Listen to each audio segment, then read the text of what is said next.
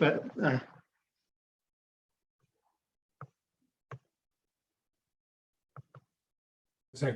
by the end of where we got yesterday, they were Prabhupada was out of money, and was still writing, but had no way to publish at that point. yeah, you're right. He used to commute to Delhi, right? What happened?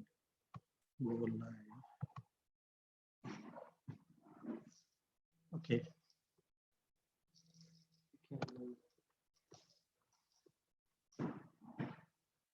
Did you log in my thing?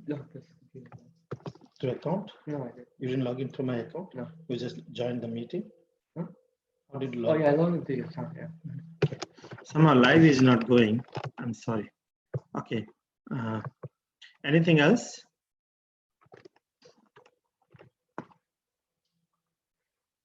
Like Acharya Prabhakar met Abe, that is where we stopped, and they talked about League of Devotees to revive it.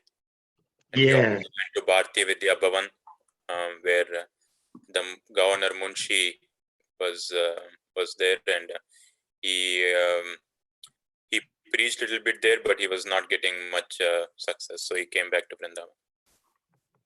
Right. That's it. He went to Bombay. He became the honorary professor of Bhagavad Gita, and then he attended one program in Kurukshetra, right? Right?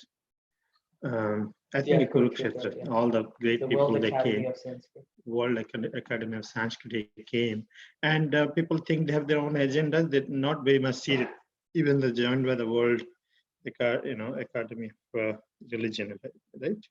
So then he found it's difficult. Then he realized that he should start something. He should promote again under the League of Devotees. Both him and Acharya Prabhakar came to Vrindavan, right? Here. Here. So I will read this from here. Acharya Prabhakar soon joined Abhay.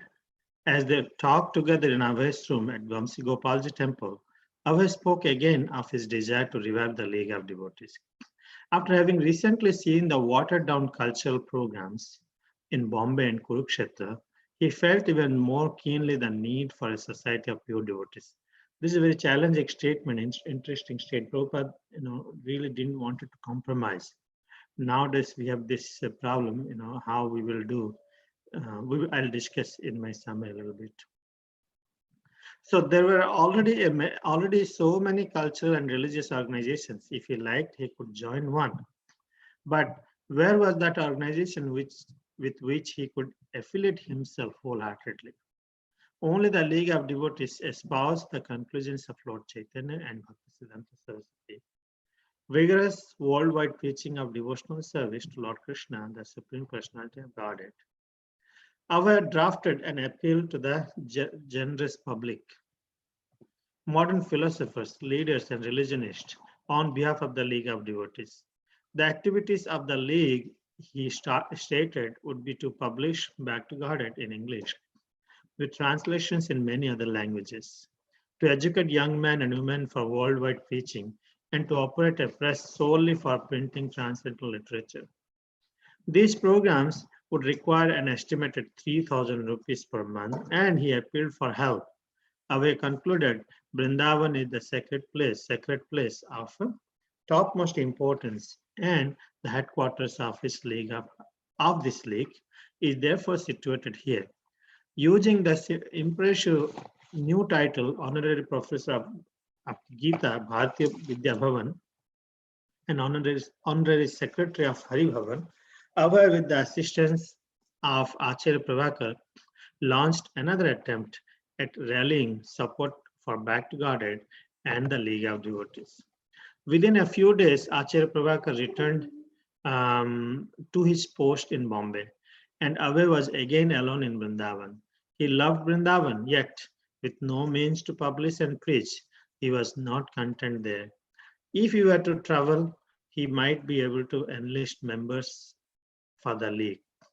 He thought of Kanpur, which was nearby a city of more than 100 big factories and many wealthy industrialists. Some of them he had met during his business travels. He decided to go. After printing some League of Devotees membership forms, he explained the Mahanta Gopal that he would be away for a couple of months.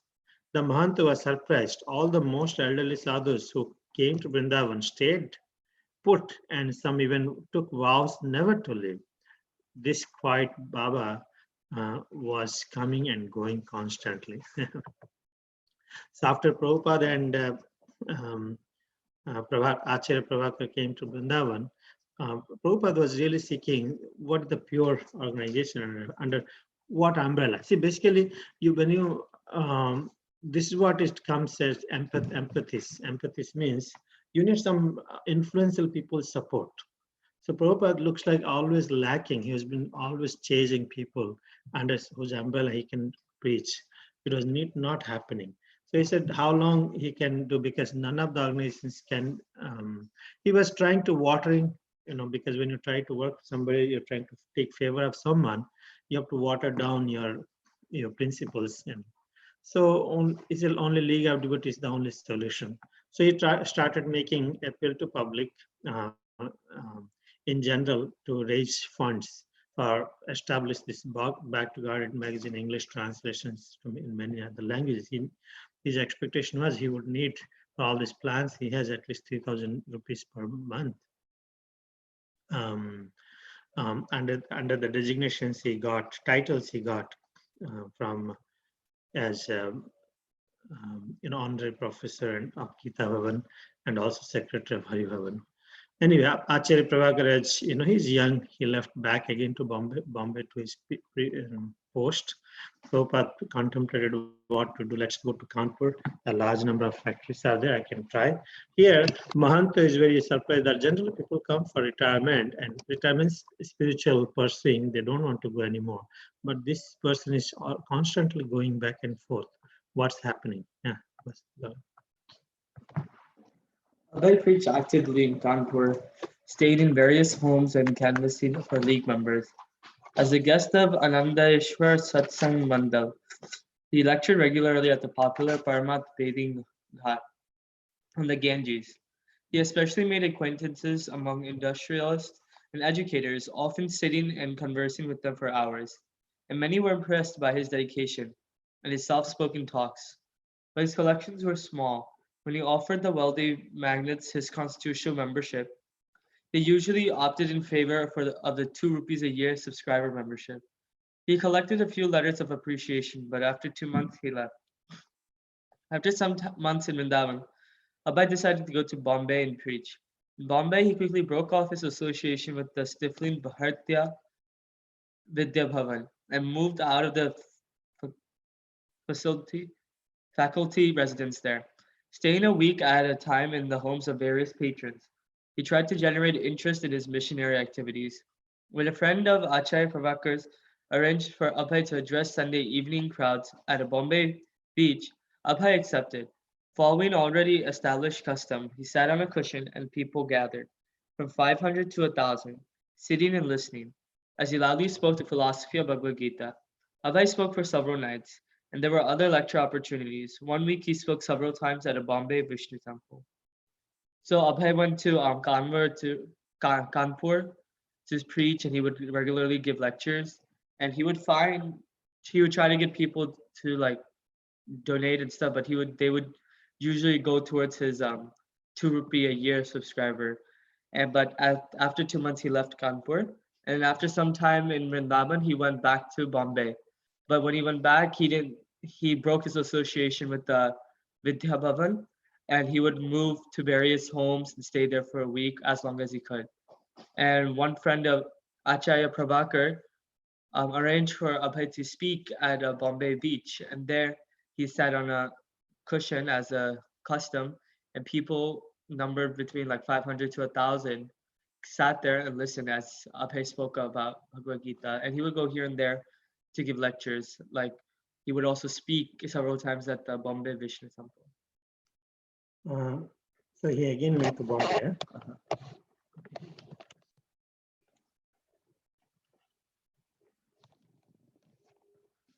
But Abhay wanted to do more than deliver occasionally lectures to uncommitted audience. The conviction was growing within him that he should preach outside India. The idea, of course, had been there for some time. He had expressed it in his prospectus for the League of Devotees before gathering at the Radha Memorial in Jhansi, during his meeting at the Birla Mandir in Delhi, and on many other occasions. Informally, he had expressed it hundreds of times to acquaintances, and he had woven his dream throughout his writings. He was ready to travel anywhere if he could fulfill Sri Bhakti Siddhanta Saraswati's order to preach in English. In India, the English speaking population was small, so Abhay continued to dream of going to the West. If he could travel to Bombay, Delhi, and Kanpur, why not to London or New York, where millions spoke English and had never heard the message of Lord Chaitanya? Writing to Mr. Ved Prakash, a Kanpur industrialist, Abhay explained his idea. Nice. So, he's looks like he's not just satisfied with this small programs and this thing. He has a deep desire, at least, to preach in largely to English audience. That's his plan. Writing to Mr. Ved Prakash, a Kanpur Abhay explained his ideas. Basically, he wrote what his desire, what his plan to Mr. Ved Prakash from Kanpur. Ajay? Lord Chaitanya said, Pranam Upakaraya, to say, for the benefit of all living beings concerned. While rendering first aid service in the battlefield, the Red Cross men, although equally disposed to all wounded soldiers, they give first preference to the hopeful ones. The hopeless ones are sometimes neglected. In India, even after the attainment of Swaraj, the mentality is predominant by made in London ideas. It is a long story, but in a nutshell, the leaders of India, in the name of secular government, they have engaged themselves in everything foreign. They have carefully set aside the treasure house of India's spiritual asset, and they are imitating the Western material way of life, constantly engaged in the acts of error, of judgment, misgivings, imperfectness, and duplicity. India's Vedic knowledge is above all the conditional defects mentioned above, but we Indians at the present moment have neglected such wonderful Vedic knowledge. It is due to its improper handling. This Vedanta Sutra is presented in India by unauthorized persons of different camps, and as such, the people are being misguided. Newly sprung up national enthusiasm of the Indian leaders, industrialists, and plan makers have no time nor the desire to understand the message of the Vedanta Sutra or even the Bhagavad Gita. You cannot do acts of humility without proper guidance. So they're just talking about how, the influence of British culture has penetrated to the point where it's become the target for Indians. The goal has now become to become English, essentially, by taking up, forgetting their cultural heritage of Vedic knowledge and the Gita, and instead aiming more towards what would be considered important ideals in the Western world. If that makes sense. I think that makes sense. Yeah, because India, since that time itself, started imitating, and they kind of compromised the Vedic culture already. So, okay, Cycling Prabhu. So my idea of preaching in the foreign countries means that they are rather fed up with material advancement of knowledge. They are seeking the message guidance of the Vedanta Sutra, or for the matter of the Bhagavad Gita, in an authentic way. And I am sure India will again go back to the spiritual life when the principle is accepted by the Europeans, Americans, etc. Because the Indian people are now in the habit of begging after neglecting their own property. That was my viewpoint. But all the same, we must take only the opportunity of service. One way of expanding his way of preaching was to mail copies of Back to Godhead outside India. And as an incentive for enlisting donors, He made it known that the donor's name would be printed on each copy. His ambition was to bring in large donations, run large printings, and send back to Godhead to more than 50 countries. He assigned quotas. America would receive 10,000 copies, Argentina 500, Belgium 500, Brazil 500, Burma 1000, Canada 500, Chile 500, China 10,000, and so on, including 10,000 for Russia and 10,000 for England. But the donors and donations never appeared, and the plans for Back to Godhead was never realized. So here, basically, Abhay is saying that in India, he was not able to find many people who were inclined towards understanding the Vedanta Sutra or the Bhagavad Gita. So he said, if he preaches in the foreign countries, people who are fed up with the material advancement, they would be attracted to the Vedanta Sutra or the Bhagavad Gita. And then once the Westerners will follow the Vedic scriptures, then India will go back to following them, because India is imitating what the British was doing. So that was Prabhupada's viewpoint.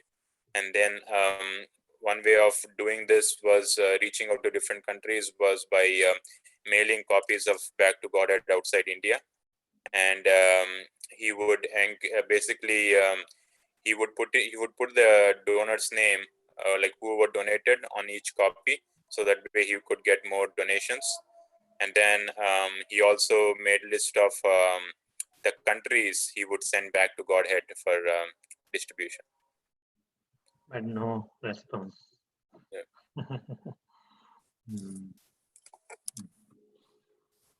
Abhay found that while the people of India is educated, cultured class were rejecting their own spiritual culture, the religiously inclined masses were being baffled by an array of conflicting, unauthorized doctrines presented in the in the name of Hinduism. An alarming example of this came to his attention as he was preaching in Bombay during the summer of 1958. Bhagavat Week was being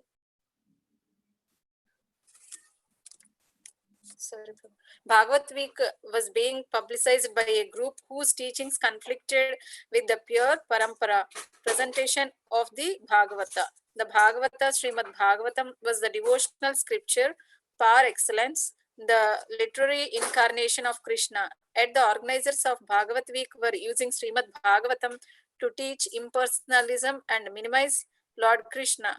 Through friends, Abhay learned of the outrageous meetings, and finally, on July 28, 1958, he wrote to the Bhagavat Week leader, Sri Ratanshi, imploring him to stay away from Srimad Bhagavatam. I beg to inform you that I am in receipt of your invitation letter in the matter of observing Bhagavat Week through the Secretary of Bombay Spiritual Center, as I know what sort of Bhagavat Week can be observed by the Mayavadins for misleading the innocent public, and therefore I not only restrained myself from attending the function, but also I advised many others not to attend, for the very reason that the recitation of the holy Bhagavat is being performed by men who have no access in this great scripture, in which only the liberated persons who are freed from all pretentious religiosities can take part. Some friends who attended your Bhagavat Week have told me how the pastimes of Lord Krishna were being wrongly interpreted in your organization on the pretext of saving Krishna from being an immoral personality. To save these foolish audiences in future, Maharaj Parikshit had already asked Sripad Sukadeva Goswami to clear the Rasalila activities of Lord Sri Krishna. The transcendental nature of Rasalila does not require to be apologized by any Mayavadi or mundane moralist. The Leela is what it is. Here, as people are getting educated, but they are, I think they are rejecting their own spiritual culture. And in there was Basically, what is happening is, and it's still same situation now also. Apart from ISKCON, it is in the wrong hands. Our Vedic philosophy is under the wrong hands and presented in the name of Hinduism. Unauthorized doctrines. Everybody is becoming their own philosophy. So Prabhupada, when he heard about Bhagavad Week, he said, what is this? By the name of Bhagavad Week, what is the purpose of Bhagavad and what you're teaching? Bhagavad, you're preaching impersonalism. You know, this is nonsense actually. That's why he wrote to the leader of the who's conductor, Sri Ratanshi. He said, stay away from this. Better not to do if you don't know. Better not to present. Wrong misrepresenting can cause a big disaster. So, he said, please stay away from Bhagavatam because it's very misleading. It can be dangerous. It should be explained only by the pure devotees. Because he says that some friends who attended your Bhagavad Gita told me that how the pastimes of Lord Krishna were wrongly interpreted in your organization on the pretext of saving Krishna from being immoral personality. It means they didn't understand Ras Leela. So wrongly interpreting, all these things were happening. So basically, at least he tried. I don't know what has happened, but he said that Sukadeva Goswami already clarified this. And they don't read from the authorized sources. That's the problem which happens. Thank you. Is that okay? Yes, Prabhu. Yeah. Yes. Prasanthi, please read.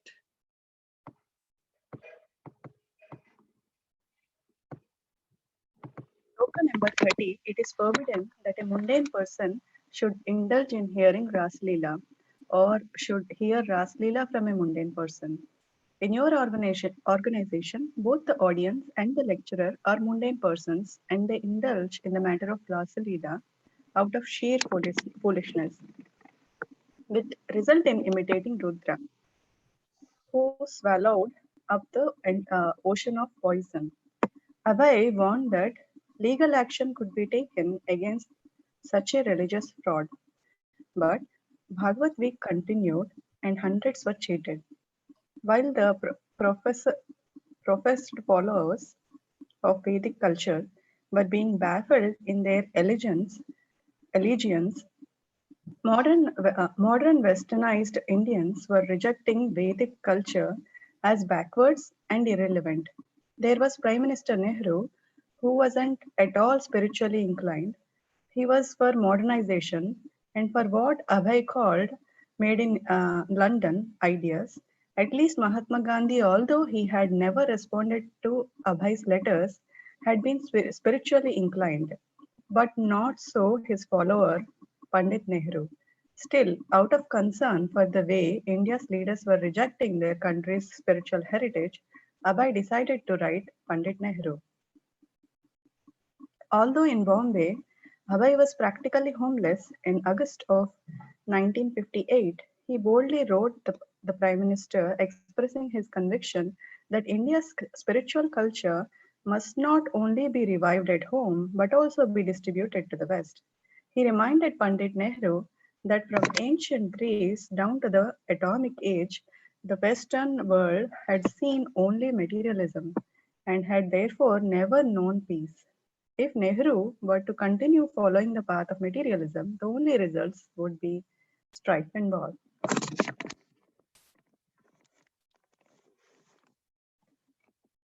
So Abhay was very bold in communicating what he was representing and telling the leaders of the impersonalists not to continue with the Bhagavad Week. Still they continued and hundreds were cheated. This Ras Leela is not for a mundane person and it should not be lectured by a mundane person, but they did it otherwise. And he also wrote a letter to Pandit Nehru. He feels that Mahatma Gandhi is spiritually inclined. Even though he did not respond to Abhay's letters, at least he is spiritually inclined, but his follower Nehru is not spiritually inclined. He thinks that modernization is better, but not using the heritage of India, spiritual heritage of India. So he is just following the West. Um, and also he explains that the Western world has only seen materialism, with which one can only obtain war, strife and war. So that is what Nehru is right now following. So was following.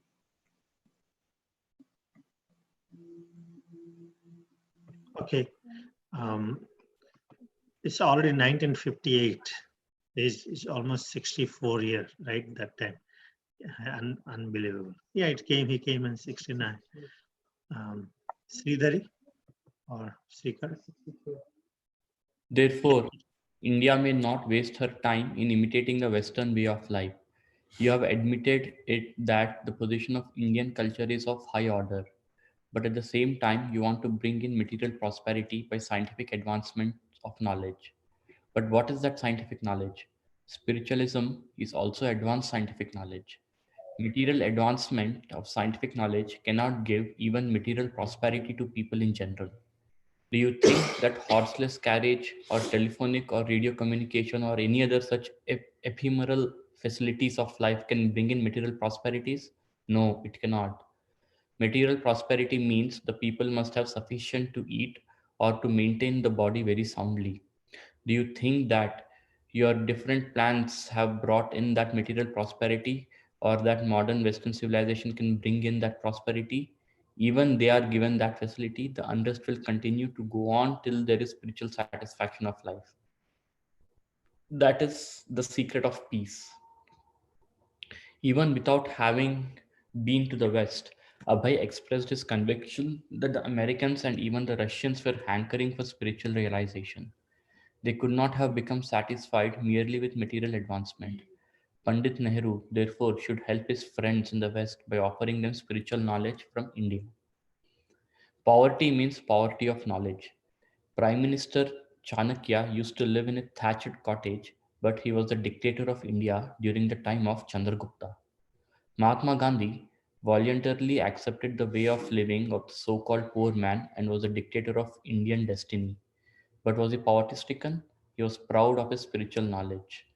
Therefore, spiritual knowledge makes a man really rich, not the radio set or the motor car. So, in this letter to Pandit Nehru, the Prime Minister of India back then, Prabhupada clearly writes how material prosperity is not all in all. Spiritual wealth is a real knowledge. I mean, just based on the scientific knowledge, nobody can become rich, and that cannot satisfy any people. I mean, even the so-called scientific advancement, nothing can bring material prosperity.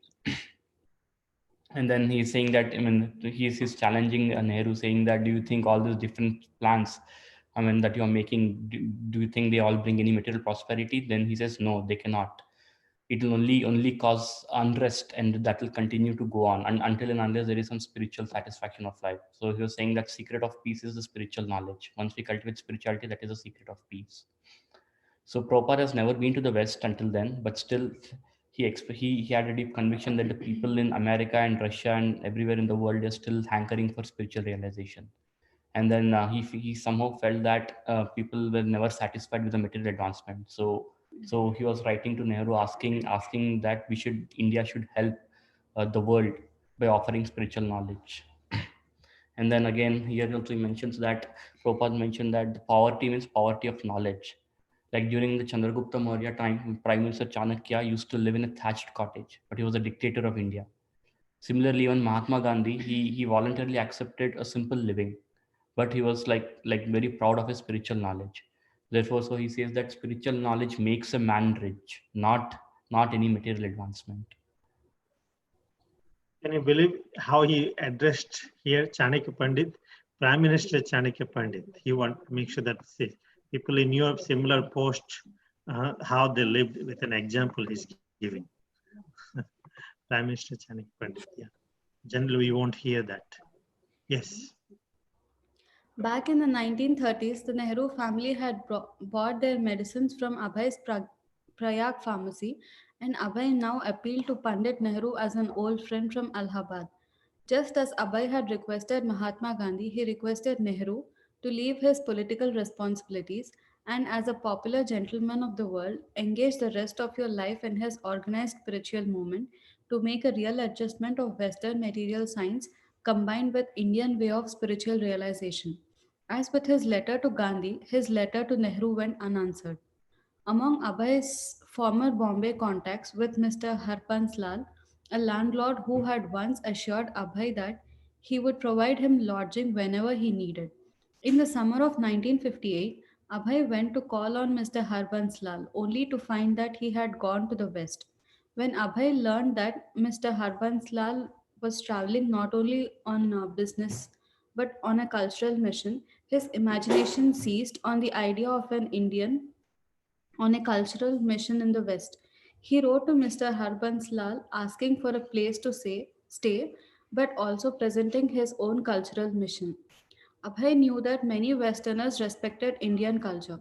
He had heard from his German god brother that although Indians who went to the West, especially to Germany, were well received, they were sometimes tested on their knowledge of Indian culture.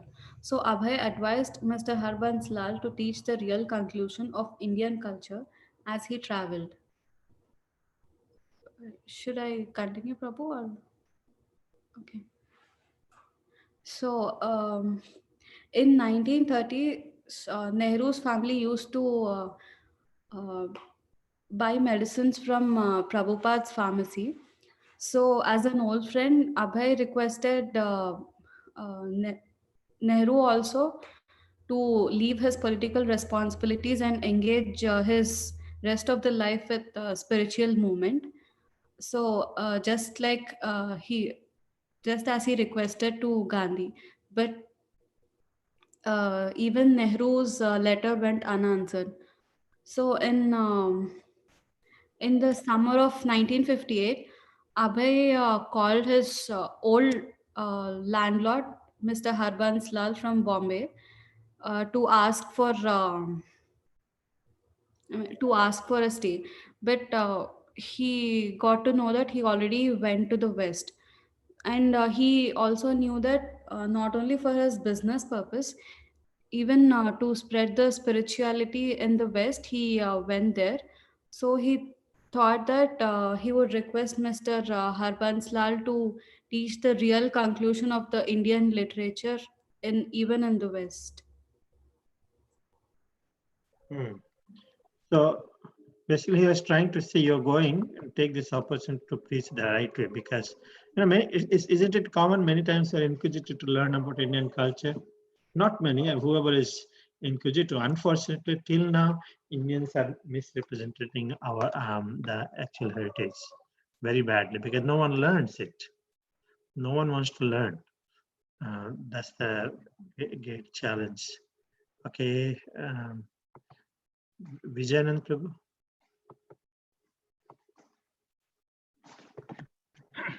I think that people need this Indian message in this hour of necessity when the atomic bomb is hovering over the head of human society. Please, therefore, begin the activities for the benefit of all people in the foreign countries since you have gone there. Clearly, Abhay would have liked to have gone himself. Abhay also reminded Mr. Harshan Lal of his promise to provide him with an apartment. I am passing my days in Bombay in great inconvenience for want of a suitable residential place. But the letter never caught up with the touring Mr. Harbans Lal. Wanting to go to the west as soon as possible, Abhay visited one of his god brothers in Bombay, Kripa Sindhu, and asked him to help. Kripa Sindhu. He came to my house and asked me to help him in going to America. He gave me some back to goddess, which he said I could show to people or ask for help on his behalf. I tried to do something in this regard. I introduced Abhay Babu to one man, a big industrialist. Hemraj Kandelwala. I went also. The three of us sat down and I told the man how Abe wanted to go to the West and how he was a good devotee and was writing and doing so many things. But somehow or other, the man did not help. Kripasundar told Abe of how the Gaudiya Math in Bombay had sometimes been assisted by a pious business magnate, Mrs. Sumati Morarji, head of SC India Steamship Lines. Abe tried to see her but was unable. He did, however, see one of Mrs. Morarji's employees, a deputy manager for a Sea India company, who heard him out and to Abe's surprise responded generously. Considering Abe a genuine sadhu, the SC India agent offered him a 50% concession on a voyage from India to the United States. He even put it in writing. Abe immediately began arranging for his passport and visa, but he could not raise even the half fare.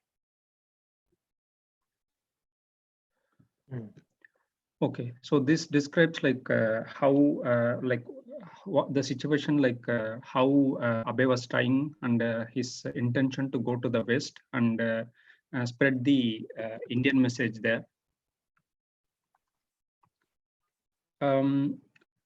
And also like Abe was looking for a good place to stay because he was staying in a like he did not have had a like a good place to stay. He was reminding Mr. Harshanlal for his promise to provide an apartment. And also like Abe had in his mind like he want to West as soon as possible. He also visited his god brothers to ask them for help. And the god brothers also like one of the god brother Kripasindhu tried to help him by introducing him to the businessman, but like the businessman was not ready to help. And there Kripasindhu also gave like an introduction to another person who is like Mrs. Sumati Morarji, who is the head of the steamship lines. And Abe tried to meet him, but she was not available. However, he met with one of the employees of Mrs. Morarji, and that employee agreed for Abe to travel through their ship lines, and they also like offered him like half of like 50% discount on the fare actually. And Abe then like immediately started like raising for the funds and the fare and also the passport, but he was not able to like raise even the half of the fare. So this explains like how much struggle like he faced when even if he got an opportunity to go in and half of the fare because of the struggle, like he even that amount also he was not able to raise. Okay, yeah, it's good. It's interesting. Okay, Swati Mataji. Back in 1956 in Delhi, he had been struggling and homeless. And now, as he considered his last 2 years of traveling out of Vrindavan, he felt that his position hadn't really improved. Perhaps Krishna didn't want him to succeed in this way. But one positive thing he had gained determination to go to West and preach. There he would surely meet with success. Alone and poor, Abhay returned to Vrindavan. He was 62, but he wasn't thinking of retiring. More than ever, his mood was reflective and renounced.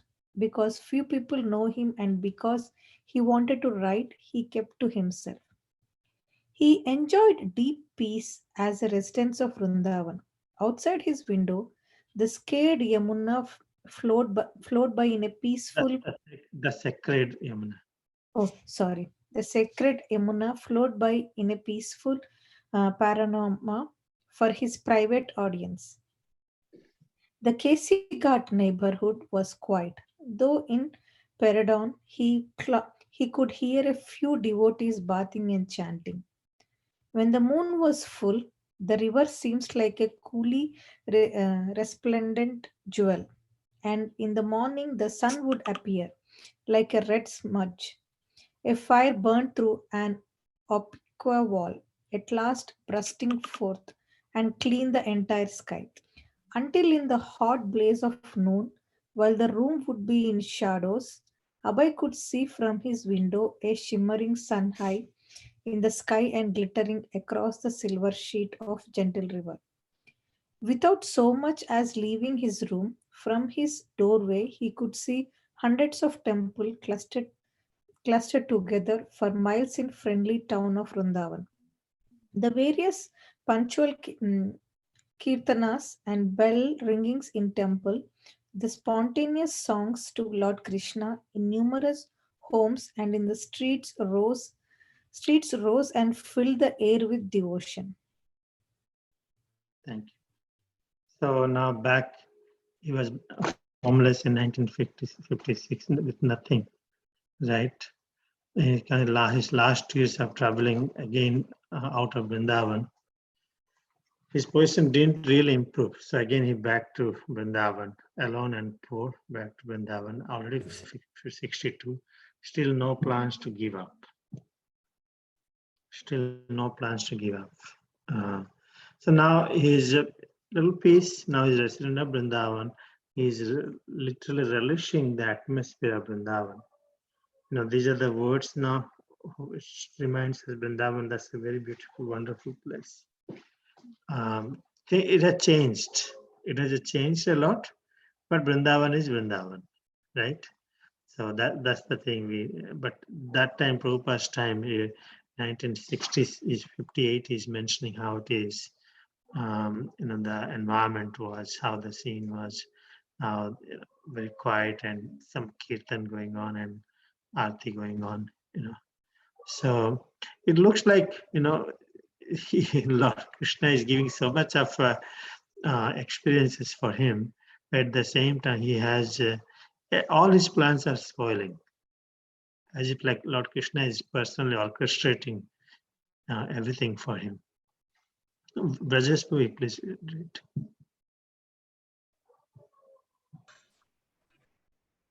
Abhay lived frugally in Vrindavan, No, keeping no. Did you do that? This one? on the veranda. Abhay chant japa. Yeah. On the veranda, Abhay could chant japa, and there would be no interruption.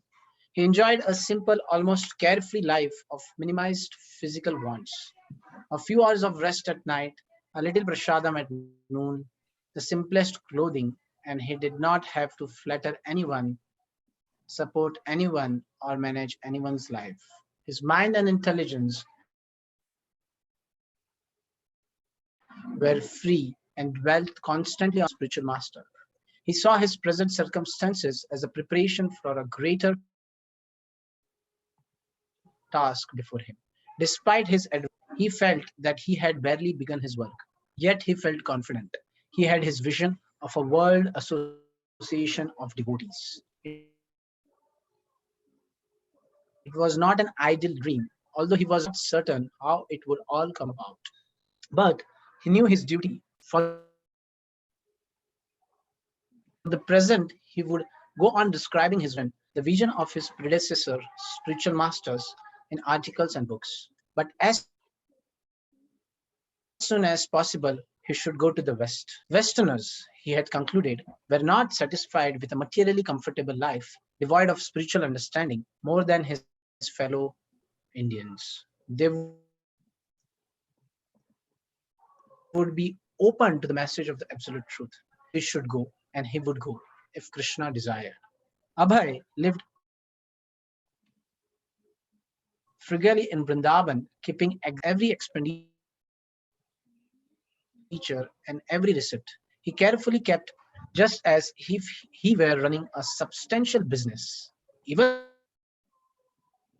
though his purchases were only milk, a few vegetable charcoal for cooking, bus rides, and his major expenditure was postage. So yeah, this one. Here we are experiencing, Prabhupada is explained by Satsvarup Maharaj that how Prabhupada is experiencing the blissful, the cool breeze of Vrindavan at Keshi Ghat, where he's staying. You could see the Keshi Ghat and how he was totally away from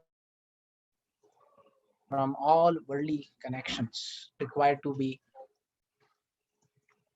involving in any kind of activities which are taking him away from Krishna. And also, his intelligence was totally absorbed in Krishna. Here, the one important point, Satsur Maharaj is writing that he had his vision of world association of devotees. So, Prabhupada, Bhakti Vinod Thakur, spiritual master of Bhakti Siddhanta Thakur, he said that there will be once an association of devotees, and it will be called as Vishwa Vaishnav Sabha. That is, Vishwa is world, Vaishnava is devotees, and Sabha is association. So Prabhupada had that in mind. And later on, when Prabhupada he incorporated ISKCON, he named it as. You're breaking all the International time. Society of International Society of. Yeah, I don't know what is your Krishna phone. consciousness. That's what you're breaking in between actually. Oh, maybe some Wi-Fi problem. Okay. It's on the laptop, so some Wi-Fi problem might be there. So just jumping up, Prabhupada had this vision of making our international society, and Prabhupada wanted to address to the Westerners because they were the people who are materially comfortable but devoid of spiritual understanding. If Krishna desires, Prabhupada was very clear. He was, if Krishna desires. So that was living his life in Vrindavan and keeping account of every simple and small things, his bus rides, his expenditure. So that's how Prabhupada started from small, and he made such a big organization.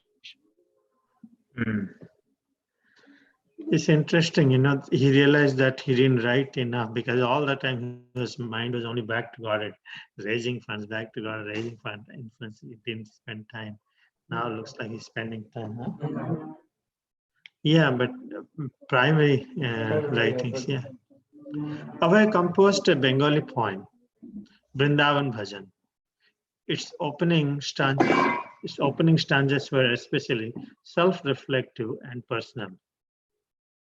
1. I am sitting alone in Vrindavan Dham. In this mood, I am getting many realizations. I have my wife, sons, daughters, grandsons, everything, but I have no money. So they are a fruitless glory. Krishna has shown me the naked form of material nature. By his strength, it has all become tasteless to me today. Yashyaham anugranami harishyetad dhanam sane. I gradually take away all the wealth of those upon whom I am merciful. How was I able to understand this mercy of the all merciful? Everyone has abandoned me, seeing me penniless, wife, relatives, friends, brothers, everyone. This is misery, but it gives me a laugh.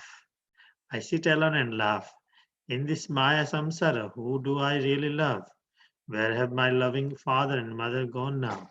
And where are all my lead elders who were my own folk? Who will give me news of them? Tell me who? All that is left of this family life is a list of names. As the froth on the sea water mixes again in the sea, Maya Samsar place is just like that. No one is mother or father or personal relative. Just like the sea form, they remain but a short time. Just as the froth on sea water mixes again in the sea, the body made of 5 elements meets with the destruction. How many bodies does the embodied soul take in this way? His relatives are all related merely to the temporary body. But everyone is your relative, brother, on the spiritual platform. This relationship is not tinged with the smell of Maya. The Supreme Lord is the soul of everyone. In relation to him, everyone in the universe is the same. All your relatives, brothers, all the billions of jivas, when seen in relation to Krishna, They're all in harmony. Forgetting Krishna, the jiva desires sense gratification, and the result is the firmly grasped of Maya. This is a very beautiful and realized verses. It's written from the situation experience. Prabhupada writes now is reflecting his life, how he grew up, how wealthy he was, how respectful he was, how college he went, so many people, so many things he met. He said, when you don't have money, everything is gone, no one cares. On the other hand, when Lord Krishna shows a special mercy, he takes away everything. This is the first verse he's saying. The second one is everyone abandoned me. Everyone seeing me penniless. All the relatives, they all Maya Samsara. Whom do I really love? All that is left of this family life is a list of names, because I had a grandfather, grandmother, father, mother, everybody's there. Now who I have is only the list of names. That's it. It's the fact. So what a journey Krishna took him. It's not a challenge. He's like tried to purify him fully until completely purified. And the froth on the sea water mixes again in the sea. So similarly, Maya Samsara place is just like that. Everything goes mixes with these material elements which comes from. His relatives are related merely to the temporary body actually. So in fact, if that is the case, there is actually no relationship in this material, only with the bodies. Body ends, everything ends, collapses. Now, but he's saying that, but everyone is your relative. Brother on the spiritual platform, relative and brother in the spiritual platform. This relationship is not tinged with the smell of Maya. So he's referring to the actual relationship of all the living entities, unlimited living entities with Lord Krishna. Forgetting Krishna, the jiva desires sense gratification, and as a result, is firmly grasped up Maya. I can't recall the Sanskrit verse, Bengali verse, which song it is actually. You know which song it is? Anyway, no, this song Prabhupada writes. He wrote in Bengali, I'm sure this one. So this English translation is given by Sasur Sai Maharaj. Very complete. On an October visit to Delhi, Abhay received a donation from Gaviraj Vaidya Nath Sirkar to be used for printing 1,000 copies of Back to Godhead. Abhay promptly produced an October issue of Back to Godhead with the donor's name on the front page. It was the first issue in 2 years. Another donor, Mr. Shubhodh Kumar Kapoor of Ramlal Kapoor and Sons, followed Mr. Shirkar's example and donated 1,000 copies for the November 20 issue. The front page article in the November issue was Truth and Beauty, an editorial in the Times of India circulating on whether truth and beauty were compatible, had opined that truth was not always beautiful but often ugly and unpleasant. Abhay disagreed. Truth is so beautiful that many sages, saints, and devotees have left everything for the sake of truth. But we are habituated to love untruth from time immemorial in the name of truth. Abhay agreed, however, that mundane truth and beauty were incompatible. Not only was mundane truth not beautiful, it was not truth, and mundane beauty was not real beauty. To explain, Abhay told a story. Yeah, you can continue. One. No, that's a story. Once a man fell in love with a beautiful girl who tried to resist the man's advances. When he persisted, she requested that he wait for 7 days, after which she would accept him. During the next 7 days, the girl took a strong purgative and laxative and repeatedly passed stool and vomited. She stored the refuse in buckets. Thus, the so-called beautiful girl became lean, thin like a skeleton, and turned blackish in complexion, and the beautiful eyeballs were pushed into the sockets of the skull. So after 2 years, Abhay received a donation from Gaviraj Shirkar for October 20th issue of Bhakti Godhead for 1,000 copies. And then for November issue, Mr. Shubhodh Kumar Kapoor also donated 1,000 copies. And in November, the issue was named Truth and Beauty. And you can explain. Okay. Truth and Beauty. Yeah. See, interestingly, if you see the Times of India till since that time, now also they do this kind of thing, speculating on the truth and beauty, their leftist way of, commenting and writing. Till now, I think they do similar things. So he says that now on Times article on Times of India about truth and beauty, Prabhupada disagreed. He wrote back in his magazine. We remember, right, how he does his compiles and some subjects and then reflects the same thing, his opinions and his explanations about the subject in the Back to Garden magazine. Now, he wrote the story that about this, in his lectures also you find him sometimes, a man who fell in love with a beautiful girl. But the point is, everyone falls love to the body, physical body. There is no real love. Why the example is given that she said, okay, come after 10 days. So she tried to didn't eat properly, didn't do everything, and he kept all his waste in a buckets, and she looked so ugly in 10 days. But the man, then what is the reaction of the man? Can anyone tell? The man would run away, right? He will not like anymore. So basically, in this material world, our love, so-called love and attraction, is only for the bodily platform.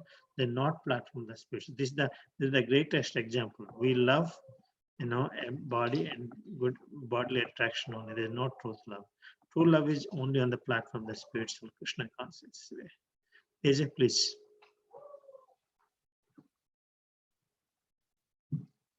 Sorry. The man appeared on the scene well-dressed and well-behaved and asked the waiting girl, who was depressed in appearance, about the beautiful girl who called him there. The man could not recognize the waiting girl as the same beautiful girl whom he was asking for. The same girl, however, was in pitiable condition, and the foolish man, in spite of repeated assertion, could not recognize her. It was all due to her action of the. It was all due to the action of the medicine only. At last, the girl told the powerful man all the story of her beauty and told him that she had separated the ingredients of her beauty and stored them up in the reservoirs. She also told him that he could enjoy the juices of beauty stored up in the reservoirs. The mundane poetic or the lunatic man agreed to see the juices of beauty, and thus he was directed to the store of loose stool and liquid vomit, which was emanating unbearable bad smell, and thus the whole story of beauty liquid was disclosed to him. Abai went on to assert that literature which did not describe the ultimate truth and beauty of the Supreme was no better than stool and vomit, even though it be presented as poetry and philosophy. In Standing Morality, Abai explained morality is the standard of activity by which the supreme authority is satisfied. The scriptures contain moral codes prohibiting unholy sex relations, animal slaughter, intoxication, and gambling. Abai attributed Mahatma Gandhi's success as a public leader to his observance of these moral principles. Abai also praised the Vedic system of marriage. After the attainment of puberty, a woman wants a male, and if she is not married within that time and allowed to mix up with boys, it is quite natural that there is every chance of fall down, either by the boy or the girl. Despite changing social conditions, Abai argued, you cannot indulge in unholy connection with the opposite sex just because the social conditions have changed, because unholy connection with a woman is the beginning of all immorality. So, yeah, I guess just Abai kind of holding what some would feel old-fashioned principles, but he's still asserting their relevance in that time frame. I don't know if I'd want to see the reservoirs of beauty, though. you can keep those, but yeah, I don't know really how to summarize that nicely, I guess. I can do that. Okay. Basically, summarize. Okay, it's the fact that Shastras again and again explains this body is bag of blood, flesh, stool, and all this. That's whether one accepts or not. but beautifully packed. And we are allured for that. And we are not allured for Krishna's beauty, which is very beautiful, transcendental, never ending. It's the real. And instead of being attracted to the permanent, eternal beauty of Krishna, we are attracted towards this temporary bodies. So she said that, okay, the very simple thing is, she looked like very pretty, very beautiful, complete when he saw her. But when next time when he comes, he sees her that she's couldn't recognize. It doesn't look like same beauty. Where did your beauty go? She said that I plus all these byproducts were actually beauty. So I separated my beauty from myself. So I have stored it for. So this kind of a Sankhya analytically understanding that is difficult for others, but it's the fact is that the real beauty, there's no real beauty of human body actually. It's just nicely packed outside. Does it make sense, that part? Did I explain properly that? It made sense to me, yeah. Yeah. Thank you. So this stuff and scriptures are warning us again and again. Can you get the Bible? Scriptures are warning us again and again. Don't go with allure. But unfortunately, from beginning from Brahma, the highest living entity, and lower up to the lower, everyone is a victim of this beauty. Everyone is victim of the same thing. Undeniable. You can go with the next portion, the which one you read. Yeah. So then it gets into Abai begins to speak about again the problems of. We can hear you. Maybe something of it. Is that better? Yeah. Okay, sorry. I was gonna say he's talking about just the importance of morality and and that by prohibiting unholy sexual relations, animal slaughter, intoxication, and gambling, those are kind of the path to supreme authority. And again, also just talks about the importance of marriage and apparently marriage should happen early, according to Prabhupada. Should happen very young, it sounds like. But yeah, so I guess it's more just the longer you're unmarried, the more trouble you have, the higher chance you have of falling into trouble, it sounds like. And we know this. We don't need any example now, right? I'm not saying anything. Right, yeah. So, actually, sir, Deep's Bhagavatam and Prabhupada explains in Bhagavatam very nicely, step by step. Those who are reading carefully, they can understand this whole science, how it works, the psychology and everything. Okay. Sai Kiran Prabhu, you can read. In Scholars Deluded, Abe presented a critical view of Dr. Radhakrishnan's edition of Bhagavad Gita, citing specifically the 34th verse of the 9th chapter, wherein Lord Krishna declares that one should always think of him and become his devotee. Dr. Radhakrishna had commented, "It is not the personal Krishna to whom we have to give ourselves up utterly, but the unborn, beginless, eternal who speaks through Krishna. Although the obvious meaning of Bhagavad Gita was that one should surrender to Krishna, the Supreme Person, impersonalists like Dr. Radhakrishnan obscured the direct meaning with their word jugglery. On the disappearance day of Srila Bhaktisiddhanta Saraswati, Abhay keenly felt separation from his spiritual master. He perfectly understood that Srila Bhaktisiddhanta's instructions were most important than his physical presence, and that, in fact, the spiritual master was present within his instructions. In this way, Abhay had always been with his spiritual master. Yet, on this annual day, Abhay could not help feeling lost. He remembered how in 1932, he had been a grahastha and a new disciple. At that time, he had not been free to do as much service as now, yet it had been in those years that he had been able to see his spiritual master offer obeisances before him, eat the remnants of his prasadam, walk beside him, hear his voice, receive his personal glance. Abhay thought of their meetings together. So here, Abhay basically criticizes Dr. Radhakrishna's translation of Bhagavad Gita, the 9th chapter and the 34th verse, where Lord Krishna declares that we should always think of Krishna and become his devotee. And whereas Dr.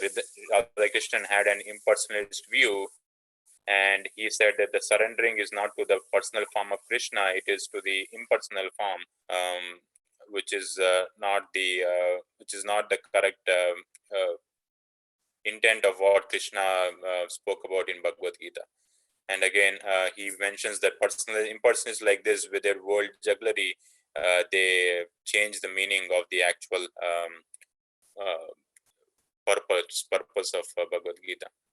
And then on the disappearance day of Bhakti Siddhanta Saraswati, like Abhay felt separation from his spiritual master, like he missed his association. Like when he was first being a grihastha, when he met him in 1932, like he used to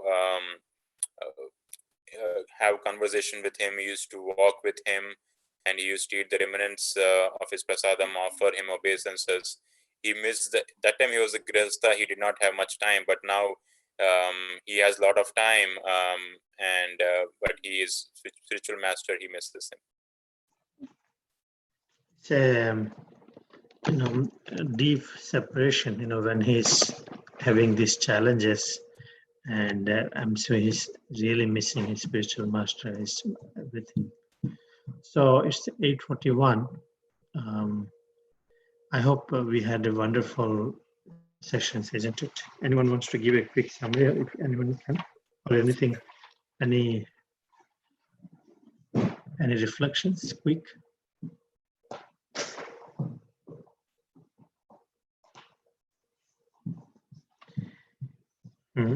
So basically, he's back and forth here from Bombay, Kanpur, Delhi in meeting, and no much success in trying to back and forth Delhi. Then he finally got something, some donations for 1,000 copies, a few thousand copies of Back to Garden magazine. No one cooperated. Everybody is giving their own opinions on Bhagavad Gita, Srimad Bhagavad Saptah. A week of Srimad, but they preach about from Srimad Bhagavatam, but they teach about the impersonal, the Mayavad theory. It's all these great leaders. No one agrees. But finally, he realized in Vrindavan he stayed, but he still has planned. He tried to go with Scindia's team. Sumit Maharaj's looks like he didn't meet personally to her. He met her manager. So he asked for 50%. He could not afford that. He gave. The manager gave 50%. Right, but he could not have. Yeah. So he has not met her yet. He might meet later now. So, so he's continuing his writing, and now on his disappearance day of his spiritual master, Bhakti Siddhanta Thakur, is feeling deep separation from him.